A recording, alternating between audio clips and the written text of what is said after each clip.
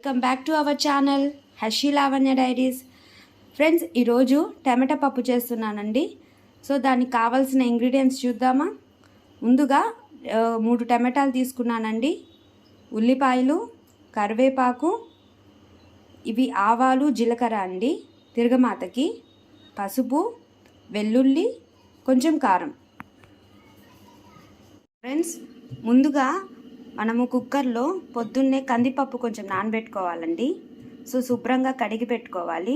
అందులో మనం ముందుగా కోసి పెట్టుకున్న ఉల్లిపాయలు, టమాటాలు,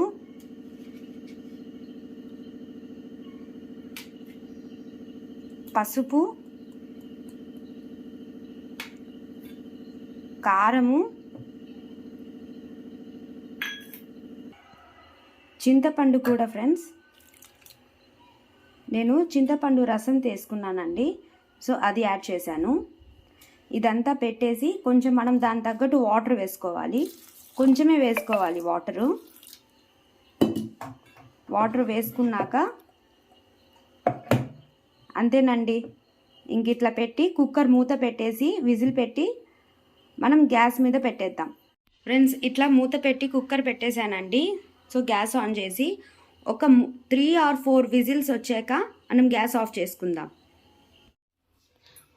ఫ్రెండ్స్, కుక్కర్ చల్లగా అయిపోయింది. సో చల్లగా అయిపోయాక మనం ఓపెన్ చేద్దాము.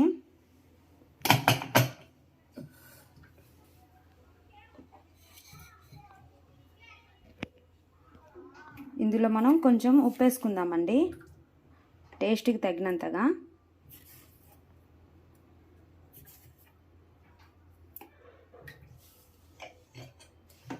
తర్వాత కొంచెం మెత్తగా ఇలా మ్యాష్ చేసుకుందాము. చూసారా, ఇలా మెత్తగా మ్యాష్ చేసుకున్నామండి. సో ఇప్పుడు మనము ఒక చిన్న ప్యాన్ పెట్టుకొని తిరగమాత వేసుకుందాం. మీరు ఎప్పుడన్నా ఆకుకూర పప్పు, టమాటా పప్పు అలా చేసినప్పుడు నెయ్యి కూడా యాడ్ చేసుకోండి. అందులో కొంచెము ఆయిల్ వేస్తున్నాను నేను, ఒక 2 స్పూన్ అంతే. సిమ్లో చేసుకోవాలండి. సో మీకు ఇందాక చూపించాను కదా, ఆవాలు, కొంచెం జీలకర్ర వేసాను. అది కొంచెం చిటపటలాడగానే మనము కరివేపాకు, ఎండుమిర్చి అండ్ వెల్లుల్లి వేసుకోవాలి. సో చిటపట సౌండ్ వస్తుందండి. సో బాగా అవుతుంది.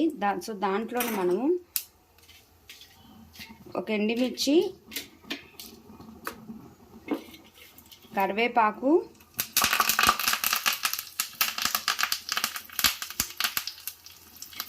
వెల్లుల్లి అండి మనం కొంచెం కచ్చపక్కగా దంచుకోవాలి.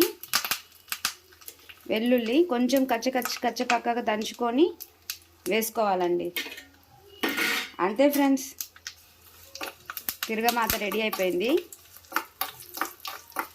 సో మనం నెయ్యి వేసాం కాబట్టి ఫ్లేవర్ అయితే భలే ఉంటుందండి. మీరు కూడా ఎప్పుడైనా ట్రై చేయొచ్చు. సో దీన్ని మనం వేసిన పప్పులో చేసేద్దాం.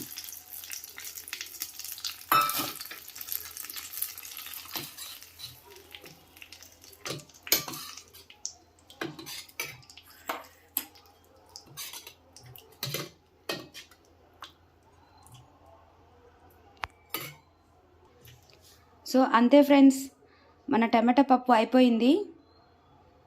థ్యాంక్ యూ అండి. Thank you for watching.